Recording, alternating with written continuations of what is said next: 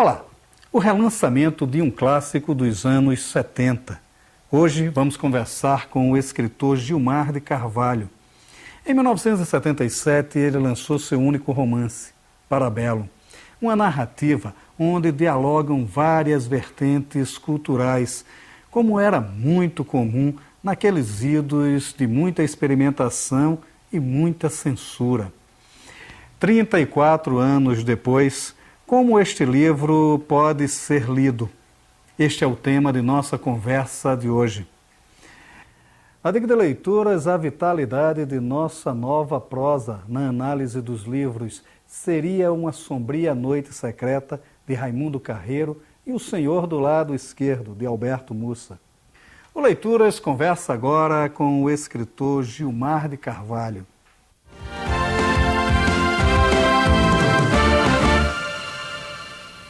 Parabellum, que é o seu único romance, né? O único romance, você tem toda uma trajetória como professor universitário, como ensaísta, né? Análise da obra do Patativa do Assaré. Parabellum é seu único romance, que foi lançado na década de 70. Quer dizer, como é que surge esse romance? Porque ele está bem dentro daquela estética da década de 70, né? Quer dizer, como é que surge esse romance? O romance surge de um desejo de dizer as coisas talvez com um fôlego maior. Antes eu fazia umas crônicas, né? Depois que eu prestei vestibular para jornalismo, eu comecei a escrever umas crônicas num jornal de Fortaleza, o Gazeta de Notícias. Essa experiência durou pouco tempo porque eu fui denunciado porque eu estaria escrevendo pornografia. E a publicação das crônicas foi suspensa. Então eu precisava muito escrever. E resolvi fazer um romance porque eu precisava de mais tempo, de mais fôlego, como eu disse, de mais espaço. E precisava também experimentar, porque parte da experimentação desse romance não é bem exatamente uma ruptura nos moldes assim, de Joyce ou de Guimarães Rosa, era muito mais uma forma de driblar a ditadura militar. Então eu não queria ser preso, eu não queria que o meu livro fosse confiscado. E eu passei a escrever de um modo mais hermético, que complicou a recepção do livro quando ele foi lançado em 1977. Pois é, essa necessidade de se criar uma nova estética a partir das pressões da censura, né? Quer dizer, como é que se funcionava isso na época? Porque é um livro que ele está preenchido com metáforas, né?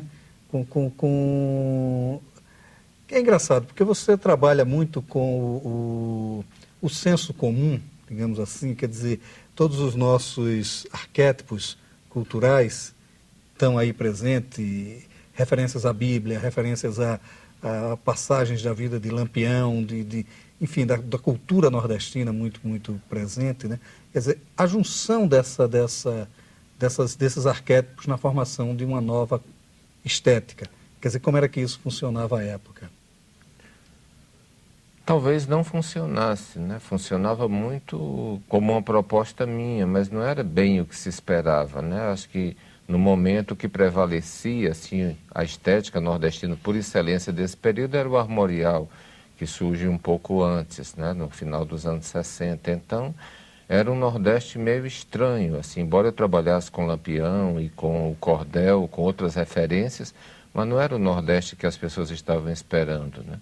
Eu diria assim que era um Nordeste muito pop para as expectativas dos leitores daquele período. E talvez até mesmo essa ideia de interferir politicamente fosse uma ideia frustrada. Eu também não conseguia. Um romance não iria mudar uma ditadura militar. Então havia uma tensão, né? Eu estava trabalhando com alguns impasses. Era difícil, assim. Foi uma feitura de um livro. Foi uma escrita prazerosa, porque eu gosto de escrever, escrevo todos os dias, mas era algo que me causava um certo mal-estar, assim, eu sabia que, não sabia bem onde é que eu queria chegar, eu não sabia bem o que é que eu queria dizer, e eu não sabia o que é que as pessoas iriam encontrar naquele livro.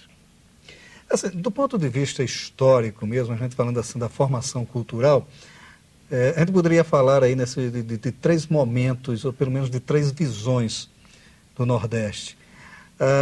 Que tem aquela visão mais do romance de 30, a visão mais do Graciliano Ramos, Raquel de Queiroz, que eles estabelecem uma certa estética nordestina ali naquele momento, que é um pouco elevada na poesia do João Cabral de Melo Neto.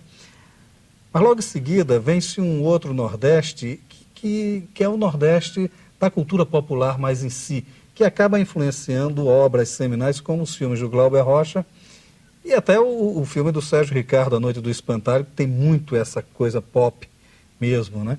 E o Armorial, que era uma junção dessa cultura popular com a cultura mais clássica, no bom sentido do termo, né?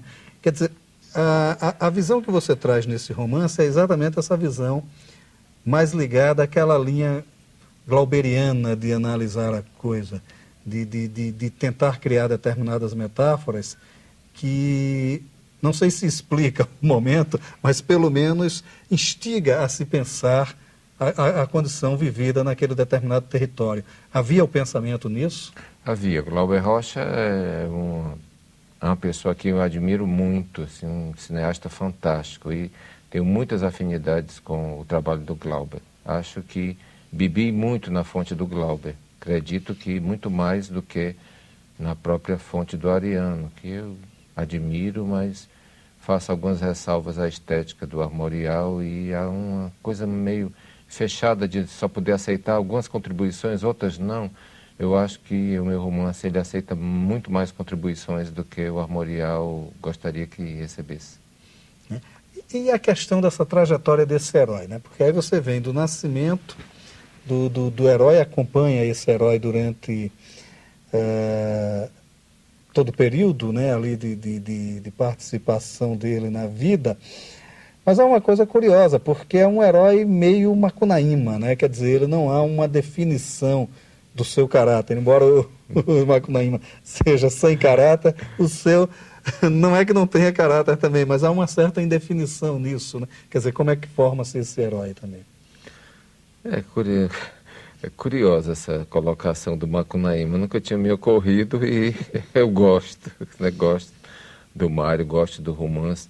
Eu acho que esses desvios, digamos assim, essas hesitações do herói são também as minhas ao fazer o romance, né? Não tinha uma ideia de uma coisa pronta e acabada. Eu estava questionando o tempo todo a figura do herói. Então, como é que eu iria propor um herói tão bem resolvido, sabe? Um herói que fosse o emancipador, o libertador, que fosse alguém que fosse resolver os problemas que eu não estava sabendo como resolver.